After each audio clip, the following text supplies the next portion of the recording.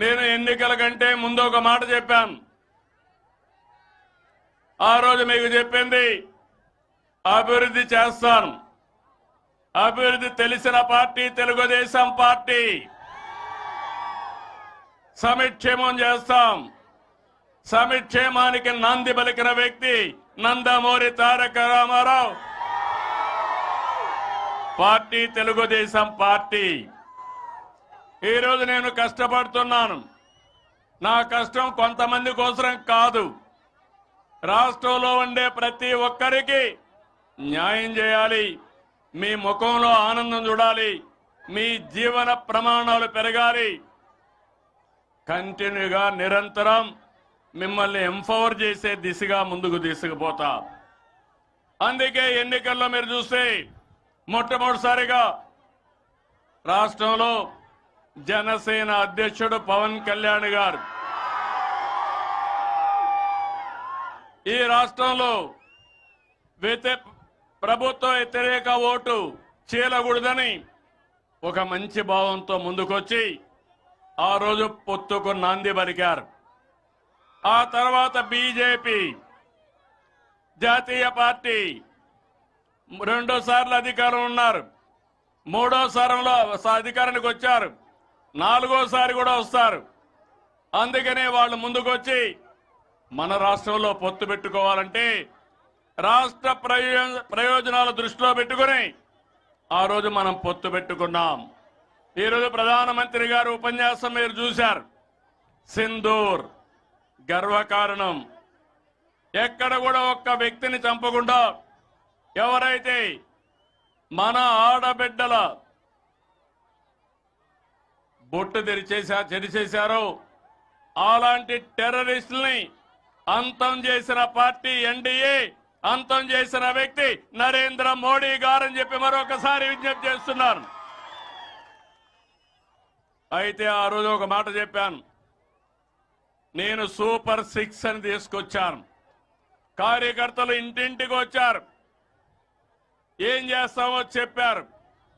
అయితే గత ప్రభుత్వం ఆర్థిక విధ్వంసం చేసింది, చాలా సమస్యలు వచ్చాయి. కానీ నాకు దృఢ సంకల్పం ఉంది. ఎట్టి పరిస్థితిలో ఇచ్చిన మాట నిలబెట్టుకోవాలని ఎన్ని కష్టాలున్నా సూపర్ 6 అమలు చేస్తున్నామని మరొక్కసారి మీకు విజ్ఞప్తి చేస్తున్నాం. అదే కాదు, ఇచ్చినట్టు అన్ని కూడా అమలు చేస్తున్నాం. మీలో ఒక ఆలోచన రావాలి. ఇచ్చినప్పుడు మీరు అనుకుంటారు ఆటోమేటిక్ గా వస్తాయని. ఏది ఆటోమేటిక్ గా వస్తే అందరూ ఇవ్వగలుగుతారు. నేను అడుగుతున్నా, 5 సంవత్సరాలు పింఛన్లు ఇచ్చారు. 3000 ఉంటే ఒక్కొక్క సంవత్సరం ముక్కుతూ మూలుగుతూ 250 పెంచి 5 ఏళ్లలో 3000 చేశారు. నేను ఒక మాట చెప్పాను, మీ అందరికీ 3000 నుంచి 4000 చేస్తా. జూన్ లో ఫలితాలు వచ్చాయి, ఏప్రిల్ నుంచే ఇస్తానని పెంచిన పింఛను ఏప్రిల్ నుంచే ఇచ్చానా లేదా అని మిమ్మల్ని అడుగుతున్నా. మామూలు కాదు. 4000 దివ్యాంగులకి 6000 ఉంటే 3000 పెంచాను. 3000 నుంచి 6000 పెంచాను, అంటే 12 రెట్లు పెంచాను. భగవంతుడు వాళ్ళ పట్ల చిన్న చూపు చూశాడు. మానవత్వంతో వాళ్ళు ఆదుకోవాలని నేను ముందుకు పోయాను. దీనివల్ల మీరు చూస్తే ఈరోజు 32,134 కోట్ల రూపాయలు సంవత్సరానికి ఖర్చు అవుతుంది. మన తర్వాత పక్కనుండే తెలంగాణ 8,000 కోట్లు, కడమోళ్ళు 5-4,000 కోట్లు. అది ఎక్కడా, నేను ఇచ్చేది ఎక్కడా? ఈ 64 లక్షల మందికి పింఛను ఇస్తున్నా. మీరంతా గుర్తుపెట్టుకుంటారా అని నేను మిమ్మల్ని అడుగుతున్నా. 4,000, 6,000 కిడ్నీ పేషెంట్లుంటే డయాలసిస్ చేసుకుంటే 10,000 బెడ్కి పరిమితం అయితే వాళ్ళ ఇంట్లో వాళ్ళకి సేవ చేయాల్సి వస్తే 15,000 జీతంతో సమానంగా మీకు ఇస్తున్నానా లేదా అని మిమ్మల్ని అడుగుతున్నా. నేను డబ్బులు లెక్క పెట్టుకోవాలా? మానవత్వంతో చూస్తున్నాం. ఈ విషయం మీరు గుర్తుపెట్టుకోవాలి. ఇంకో పక్కన ఎవరైనా భర్త చనిపోతే వితంతువుకు పెన్షన్ ఇవ్వకుండా ఎగ్గొట్టారు. నేను ఒకటే చెప్పాను, పాతవన్నీ క్లియర్ చేశా. మొన్నే 1,10,000 పింఛన్లు, నెలకు 44 కోట్ల రూపాయల ఖర్చు, సంవత్సరానికి 520 కోట్ల ఖర్చు. అయినా పర్వాలేదు, నా పేదవాడి ముఖంలో ఆనందాన్ని చూడాలని ఆ పింఛన్లు ఇచ్చాను. ఇంత మునుపు ఒక నెల తీసుకోకపోతే 2వ నెల ఎగ్గొట్టేవాళ్ళు.